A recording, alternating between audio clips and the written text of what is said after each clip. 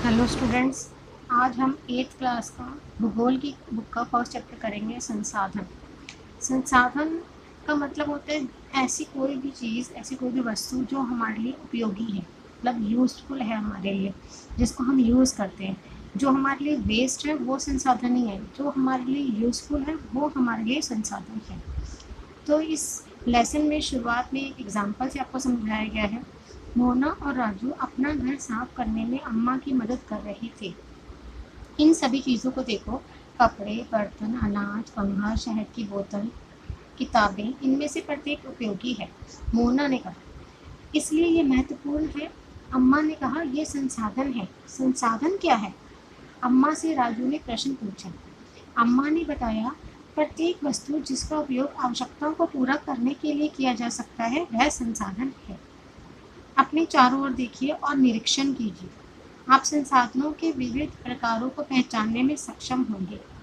आप प्यास लगने पर जो जल पीते हैं, आप अपने घर में जिस विद्युत मतलब बिजली, इलेक्ट्रिसिटी, लाइट का उपयोग करते हैं, स्कूल से घर पहुंचने के लिए उपयोग किया गया रिक्शा, पाठ्य पुस्तक मतलब जो आपको बुक मिली है, जैसे ये आपकी पाठ्य पुस्तक भूगोल की है, जिसका उपयोग आप अध्ययन के लिए करते हैं, ये सभी संसाधन हैं। ये बुक आप पढ़ते हैं तो ये बुक आपके लिए यूज़फुल है या वेस्ट है? यूज़फुल है ना, तो ये भी हमारे लिए संसाधन है। आपके पिता ने आपके लिए नाश्ता तैयार किया है, उन्होंने जिन ताज़ी सब्जियों का उपयोग किया है वे भी एक संसाधन है।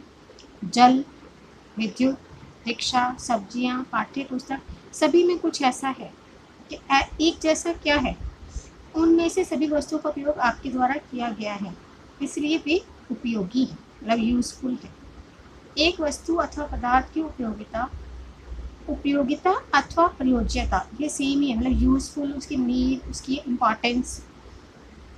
कोई भी वस्तु या पदार्थ हमारे लिए अगर उपयोगी है तो वो हमारे लिए संसाधन बन जाती है।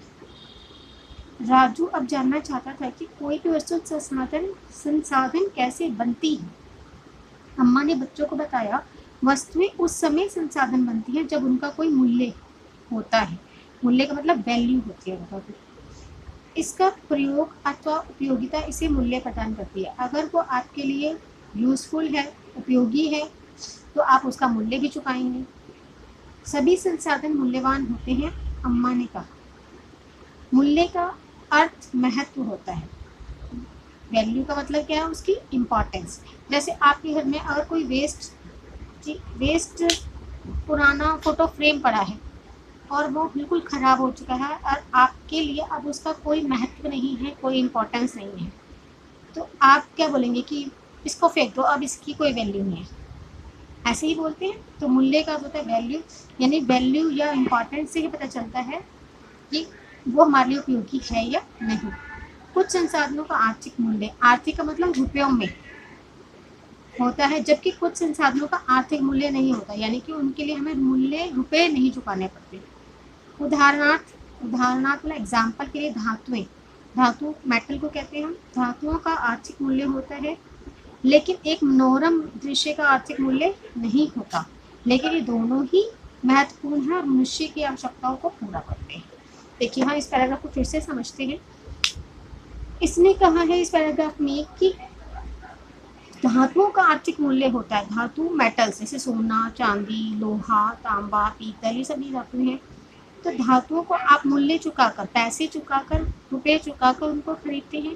लेकिन अगर आप कोई मनोरम दृश्य, मतलब इतना अच्छा व्यू, जब आप बारिश आती है, कितना अच्छा मौसम लगता है, सब कुछ हरा हरा सामने दिखाई देता है, या पहाड़ी से कोई दृश्य देखा जाए तो कितना सुंदर लगता है, तो उन मनोरम दृश्य को देखने के लिए आपको मूल्य नहीं चुकाना पड़ रहा, वो आपको फ्री में मिल रहा है, वो दृश्य आपको फ्री में देखने को मिल रहा है।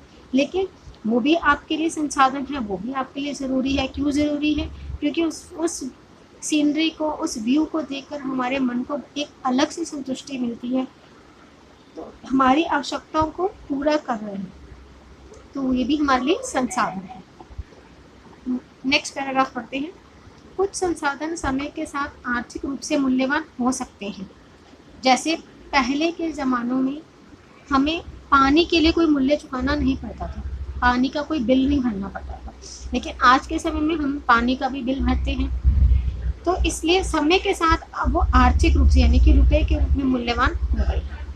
आपकी दादी के घरेलू नुस्खों का आज वाणिज्यिक मूल्य नहीं है, मतलब आज दादी के नुस्खों के लिए कोई पैसे नहीं आप खर्च करें, लेकिन यदि वे पेटेंट करने के उपरांत अगर उसको किसी मेडिकल फर्म द्वारा पेटेंट करा लिया जाए तो फिर वहाँ पर वो बिकेंगे तो वो मूल्यवान हो सकते हैं। तो शब्दावली में इंपॉर्टेंट वर्ड्स के अंदर पेटेंट वर्ड यहाँ पे दिया गया है। इसका तात्पर्य किसी विचार अथवा आविष्कार पर एकमात्र अधिकार से है। पेटेंट का मतलब होता है अगर जैसे आपकी दादी के नुस्खा है जुकाम के लिए या खांसी के लिए, तो जो नुस्खा वो अपनाती हैं उस नुस्खे को किसी मेडिकल फर्म द्वारा पेटेंट करा लिया जाए, यानी कि उन्होंने अपना एकमात्र अधिकार रख लिया, फिर उस नुस्खे को कोई दूसरी कंपनी नहीं बेच सके। तो जिस कंपनी ने, जिस मेडिकल फर्म ने उस पर अपना अधिकार जमा लिया है वो उसका पेटेंट राइट